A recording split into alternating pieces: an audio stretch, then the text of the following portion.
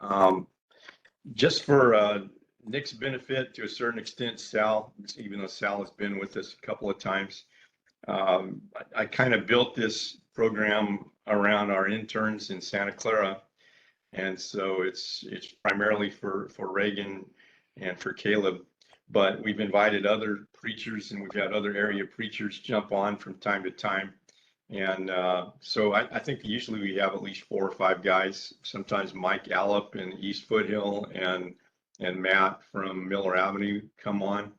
And Talon went through the Santa Clara program. He's preaching down in Monterey now on the coast.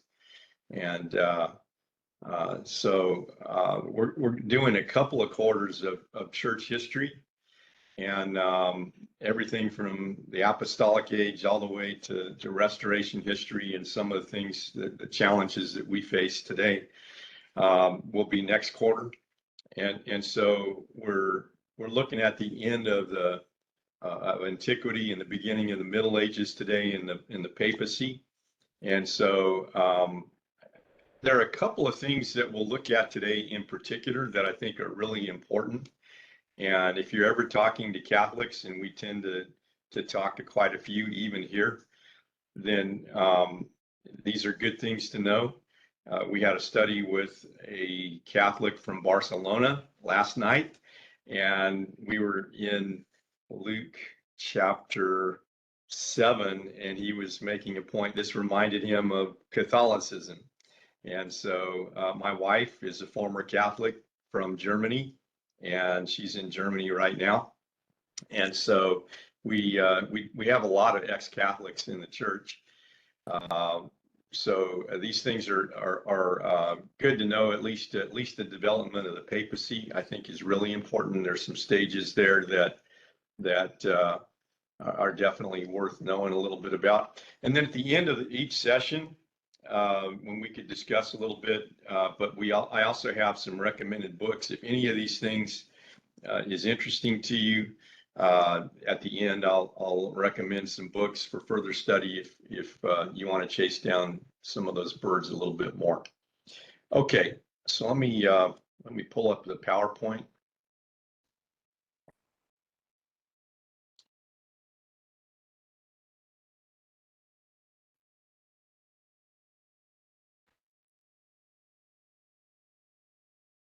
Can everybody see that?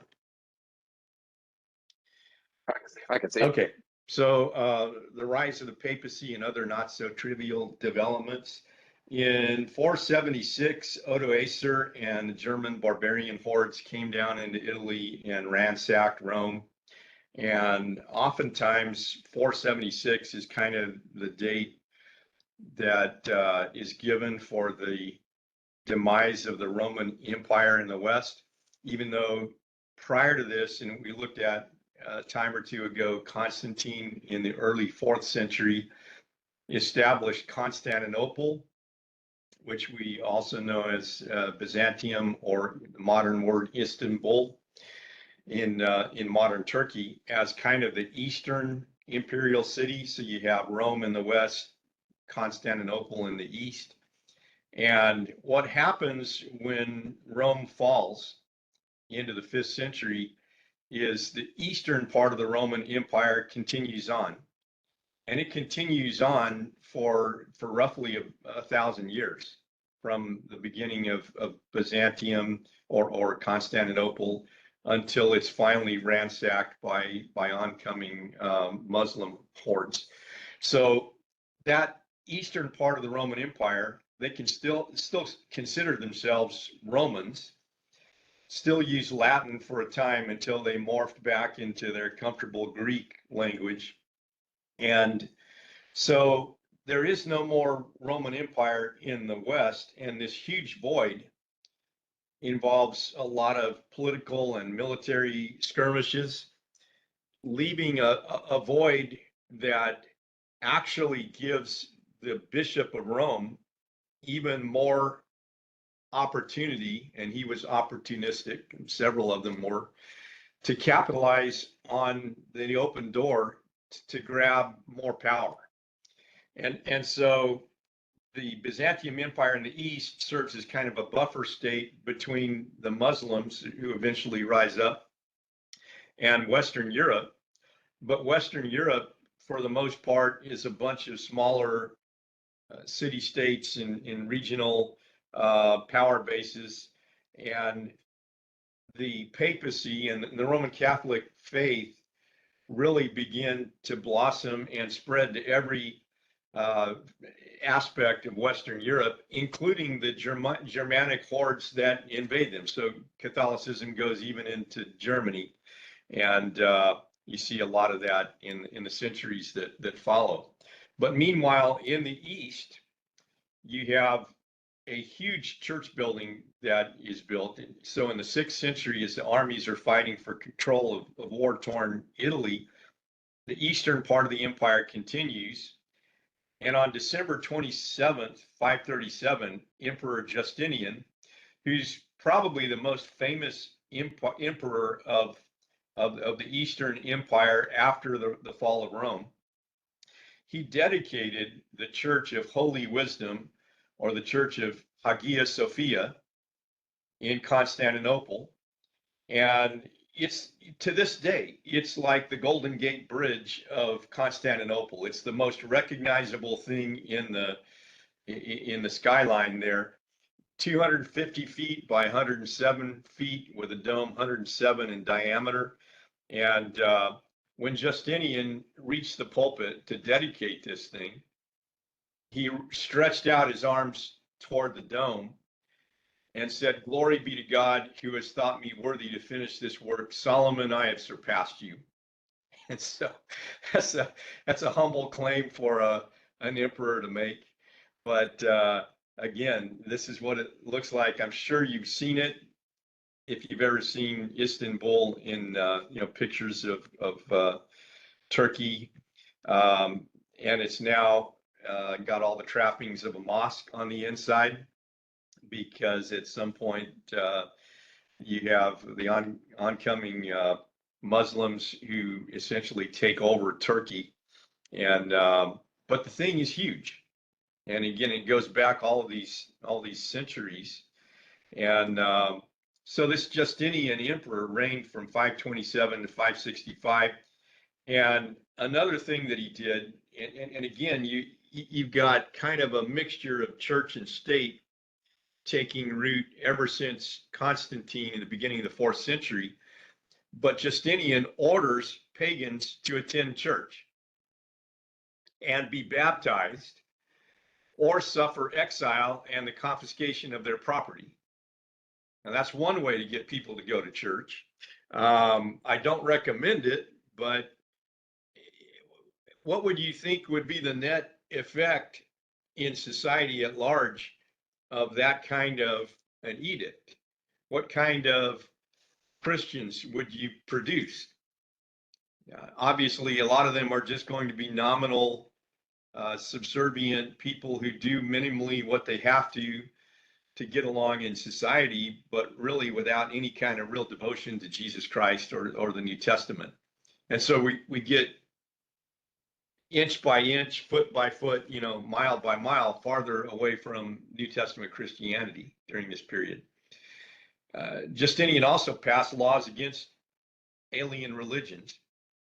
It is right that those who do not worship God correctly should be deprived of worldly advantages too.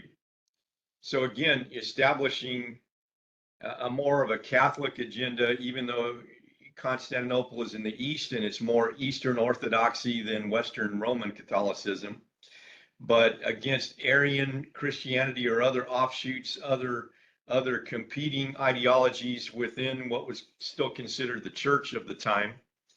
You have kind of an orthodoxy that is promoted by the state, with penalties if you don't play by the rules. And so again, that has a devastating effect in many respects on individual conscience and individual engagement with the word to arrive at one's own conclusions. The hierarchy is getting stronger, and the common man is simply submitting to it. Couple of developments. I'm not going to mention the Photian one really to speak of, but the iconoclast controversy in the early 8th century and it extended even into the 9th century. For a temporary period of time, you actually have an emperor, Leo III, who figured out that something's wrong with all these images that were found in the churches.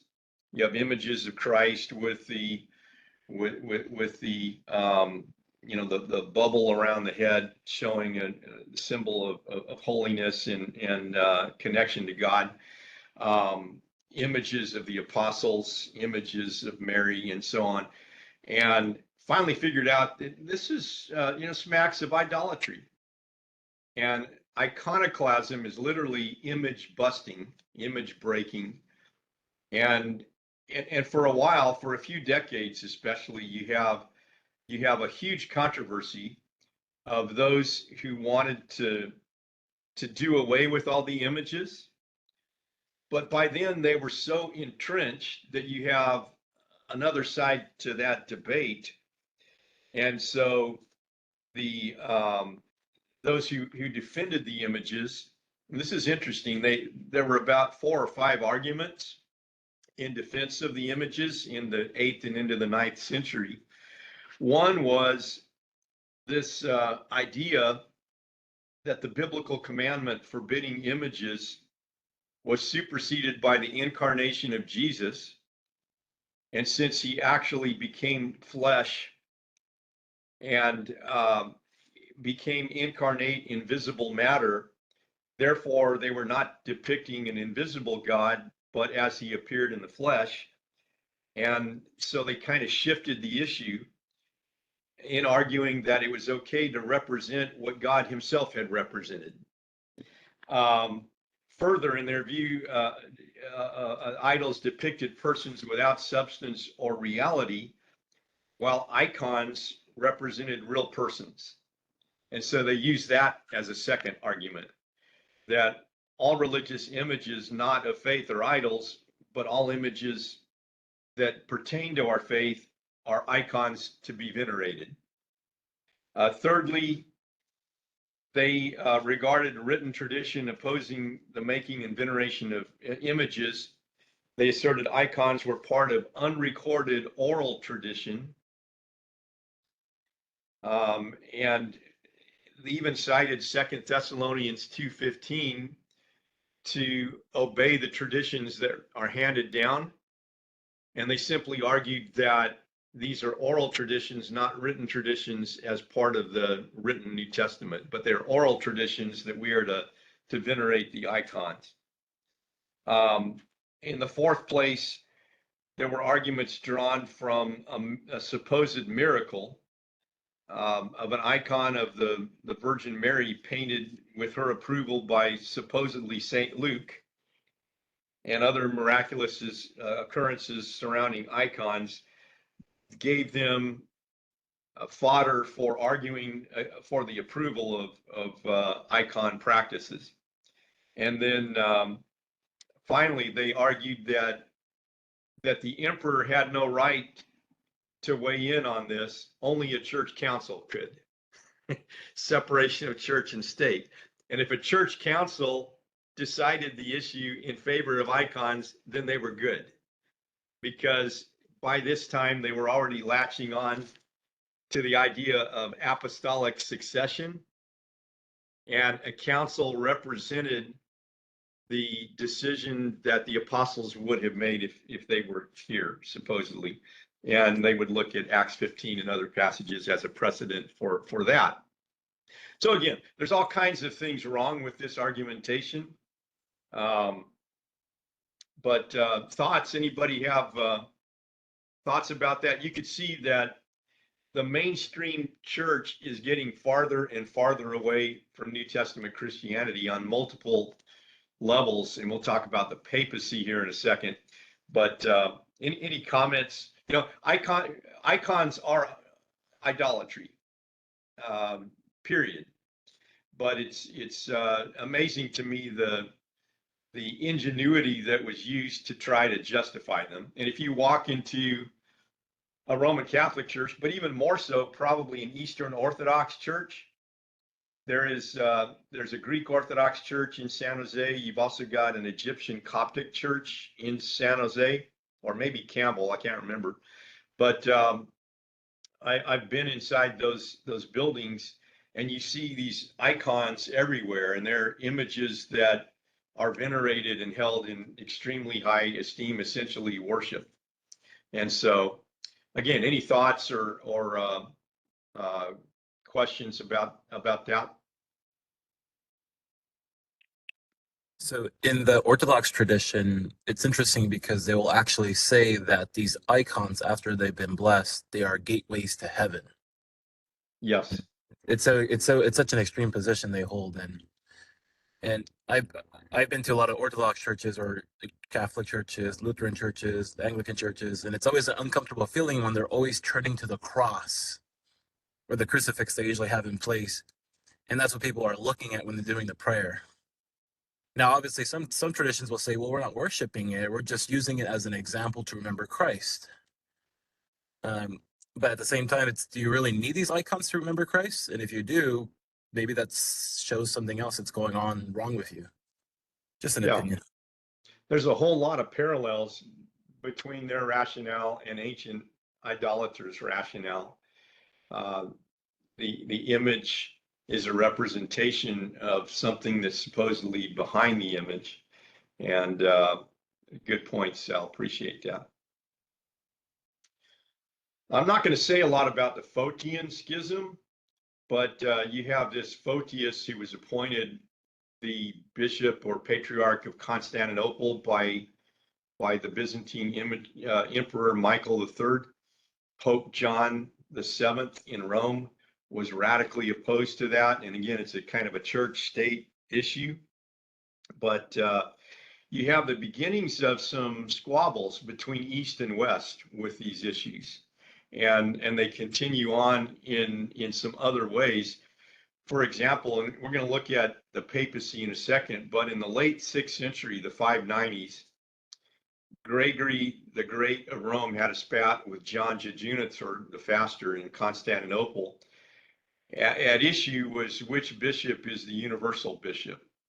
And as we'll see in a second, you have 5 patriarchies, and Constantinople considered itself equal to Rome, and Rome considered itself superior to all the others by this point in time. And so when Bishop John of Constantinople claimed to be the first universal bishop, and Gregory the Great in turn argued that no one deserved that title, although it's kind of assumed that he's arguing that way, not so much because he didn't believe it, but because he didn't want John to have that title. And if anything, he thought that the Roman bishop should have it versus anybody else. So he argued that no one deserved that. And yet within a decade and a half, you have Boniface III claiming that very title in Rome by 606. So Gregory assumed the humble, proud title instead, servant of the servants of God. And again, not long after Gregory's death, Boniface III decreed that the Bishop of Rome is the universal bishop, the very title that 606 or 607 that John Jejunator had claimed in Constantinople. The big theological debate, and again, I'm not going to get into this, you can read about it in the church history books, is the filioque clause of, you take the promises of Jesus of the Holy Spirit in John 14, 15, and 16, whether the Holy Spirit proceeded from the Father or from the Father and the Son. And the Roman Catholic Church in the West took the view that the Holy Spirit proceeds from the Father and the Son. The Eastern Orthodox Church argued that the Holy Spirit proceeded only from the Father. And they argued endlessly about this thing. And so this debate continues until 1054, where there's a formal rupture between the Eastern Orthodox Church and the Roman Catholic Church. And this is the catalyst that pushed them over the edge. You would think it could be thousands of other issues, and they had a lot of issues, but this is the one that where the straw that broke the camel's back. Interestingly enough, again, you can read about this in the history books. There are a couple of other things going on in either the late antiquity period or early Middle Ages. Middle Ages are usually dated from about the late 400s AD to about the 1400 AD. And Benedict, founder of the Benedictine order, you begin to have more and more of these orders popping up, and then Benedictine rule, stressing obedience and humility, and the development of more monasteries popping up everywhere. A blueprint for culture in the Middle Ages. A couple of his sayings: idleness is the enemy of the soul, and let no one follow what he thinks profitable for himself, but rather what is best for another. Wouldn't disagree with either of those, but I have real problems with the whole monastic movement for other reasons. Saint Patrick of Ireland came to do his work. I've actually got a book of his writings that go back to the 400s. And the Christian calendar, Dionysius Exiguus, dated the AD versus BC time period, got his calculation just a couple of years wrong, perhaps. And so Jesus is probably born at least a couple of years BC rather than right at the turn of BC to the AD. Rise of the papacy. This chart can serve you well in a discussion of the gradual development, incremental development of Catholicism. In the first century, you have elder bishops in every church. Elders are referred to as shepherds or pastors, bishops or overseers, and then elders. And you have at the beginning of the second century, particularly with Ignatius, the first mention of one bishop who is the first among equals, supposedly, in a group of presbyters or elders. And he was probably the first one to even make that claim, but he was highly respected, became a martyr, and then the thing caught on, so that by the middle of the second century, the practice is becoming more and more widespread of a single monarchical bishop over a group of elders or presbyters. And then by the late second century, you have a couple of ideas, and you see this with Irenaeus and some other writers, the beginnings of regional bishops or diocesan bishops, and the idea of apostolic succession, the idea that we are representing the true line of the apostles and the torch has somehow been passed down. I think the concept was initially a little bit more innocent than it came to be eventually, but even those little small cracks of the door into something that's unscriptural can lead to bigger floodgates opening eventually, and that's what you have later on. In the mid-3rd century, elders become a special class of priests, at least as the beginnings of the Roman Catholic hierarchy is beginning to develop. In the 4th century, you have metropolitan bishops, aka archbishops, over country bishops.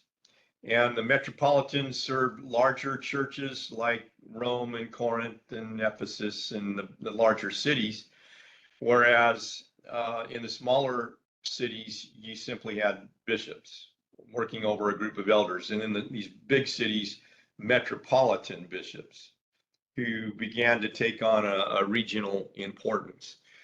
And then in the late 4th century, you have a special honor given to 5 patriarchs. Initially, you have at the Council of Nicaea in 325, 3 patriarchs mentioned, or 3 patriarchies, if you will, mentioned in Rome, Alexandria, and Antioch. And then at the Council of Chalcedon in 451, the mid 5th century, you have 2 other patriarchies recognized. That would be Constantinople and Jerusalem. And because Constantinople was the eastern seat of the Roman Empire, after Rome falls, it takes on extra importance. And then again, in the mid 5th century, Leo of Rome claims special supremacy. And then in the late 6th century, John Judunator has his spat with Gregory the Great. And then by 606 or 607, you have Boniface III claiming universal bishop right in Rome. But you know, I have a little Greek book, reference book written by Maximilian Zerwick, who was an Italian Greek scholar, a Roman Catholic, and he breaks down every verse of the New Testament. And it's interesting that his comment on Philippians 1:1, where you have this epistle addressed to the saints in Philippi with the overseers and the deacons, or the King James would say with the bishops and the deacons. And so bishops is plural in Philippians 1:1. And what Maximilian Zerwick says about that, which is interesting coming from a Roman Catholic, is that episkopos means overseer or superintendent, plural, and I'm reading exactly what he says, indicating that no distinction was yet made between episkopos and presbyteros. In other words, no distinction was yet made between bishop and elder.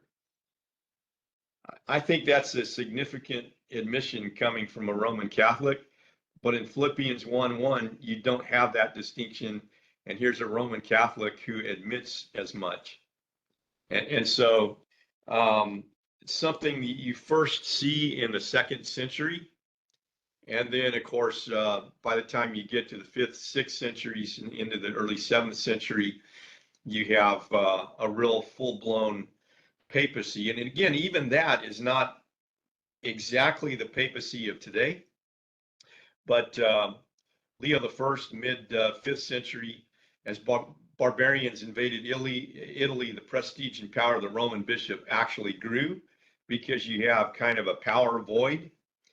And so Leo preached that the Roman bishop stands in the place of Peter, and therefore is the primate of all bishops. He's first among all the bishops. Again, this is not the full-blown papacy that you see today, but it's a major step toward that development. And so I've got a little dictionary, Christian dictionary, right in front of me. And the title of the Pope right now is, the full title is Bishop of Rome, Vicar of Jesus Christ, Successor of the Prince of the Apostles, Supreme Pontiff of the Universal Church, Patriarch of the West, Primate of Italy, Archbishop and Metropolitan of the Roman province, and Sovereign of the State of the City of Vatican. That's the full title of the Pope. But you have different stages of that. as far back as the second and third centuries, you have bishops that began to be called father out of respect, in spite of Matthew 23, 8 through 10, about not calling someone father. And then eventually that becomes more and more a title of these patriarchs, and eventually the patriarch of all patriarchs in Rome. And so Latin Papa, father, first worn among Roman bishops by Leo I. Vicar of Christ, you see that beginning the 5th and 6th century. Supreme Pontiff or Pontifex Maximus dates probably back to the 4th century, and then is applied exclusively to the popes from the 11th century on. Servant of the servants of God, used by Gregory in his dispute with John. And so it's not something that developed overnight. It developed incrementally over time. And so questions, comments, reactions, insights? Anybody want to add anything to that?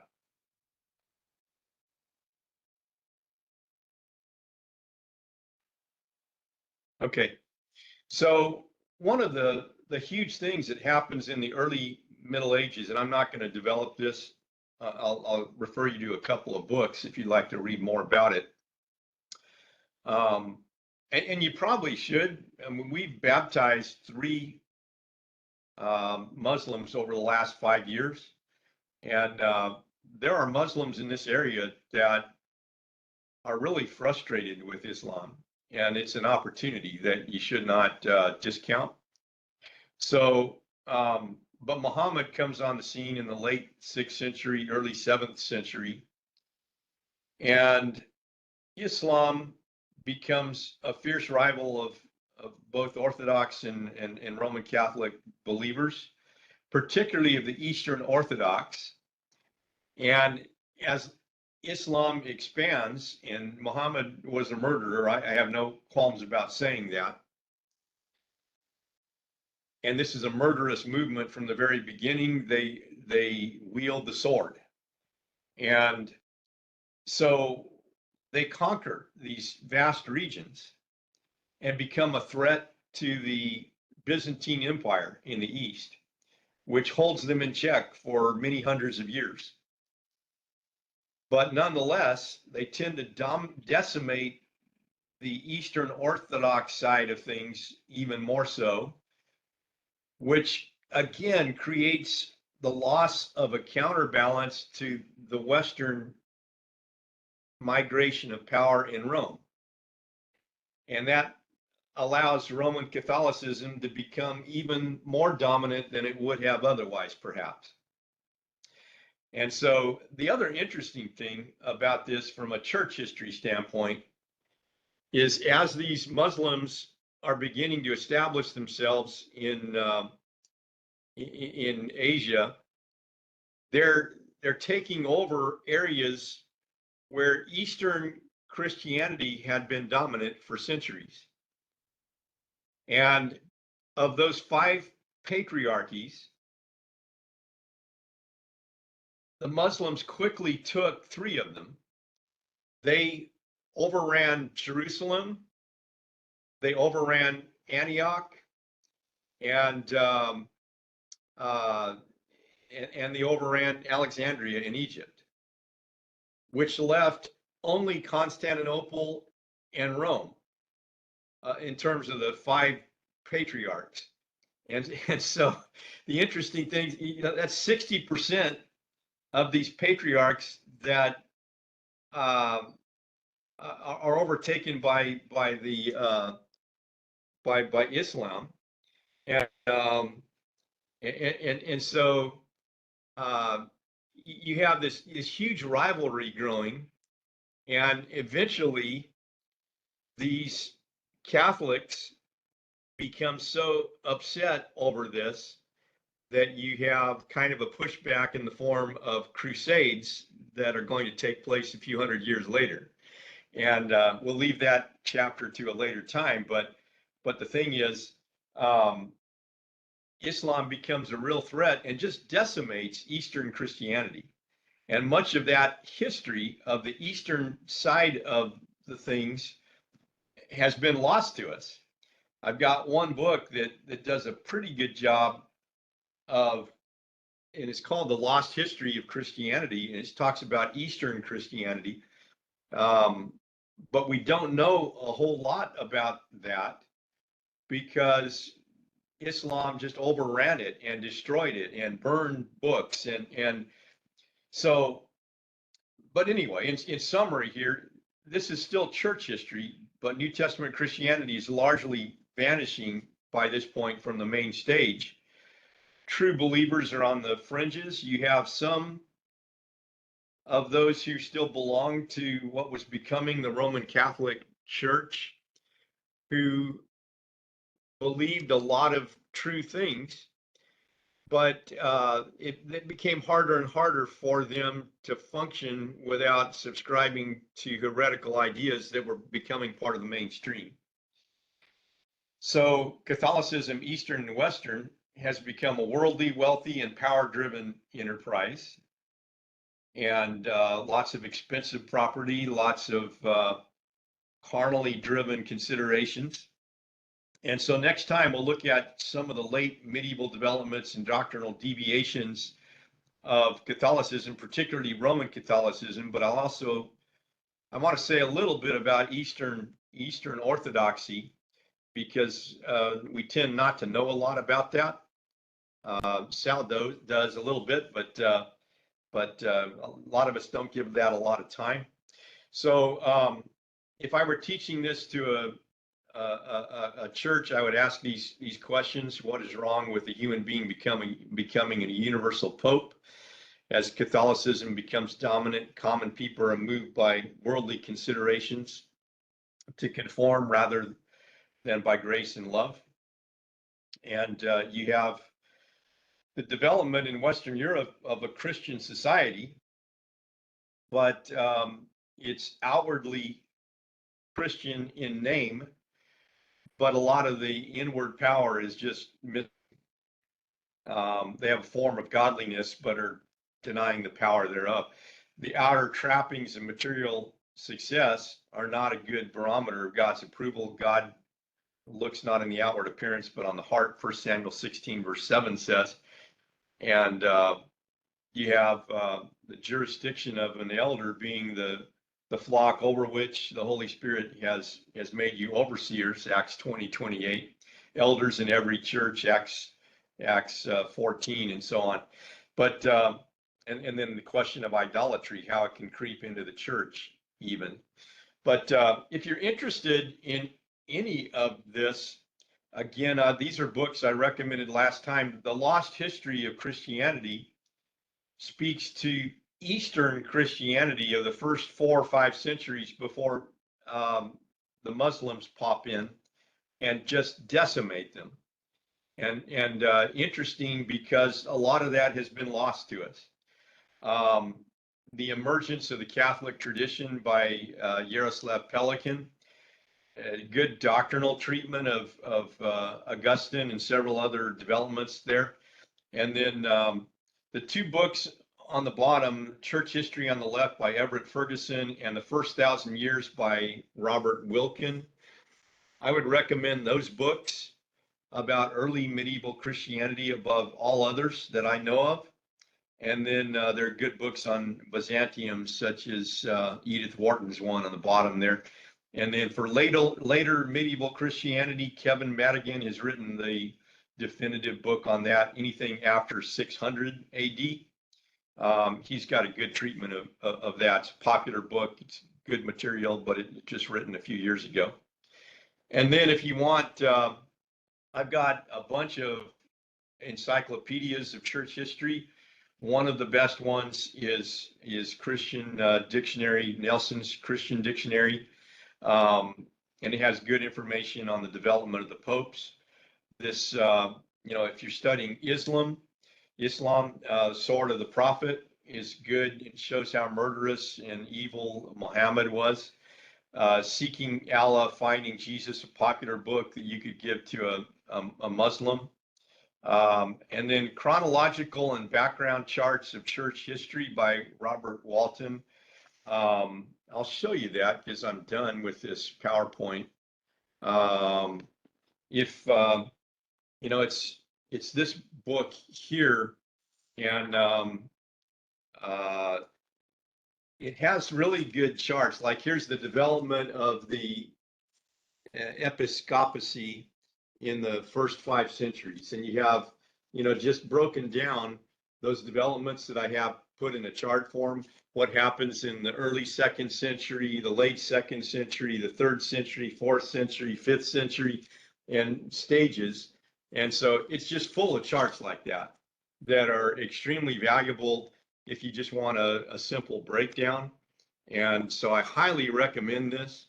Chronological and background charts of church history. Okay, questions or comments? You've all been a little quiet today, but I've talked a lot, so I'll surrender the floor if someone has something else to add.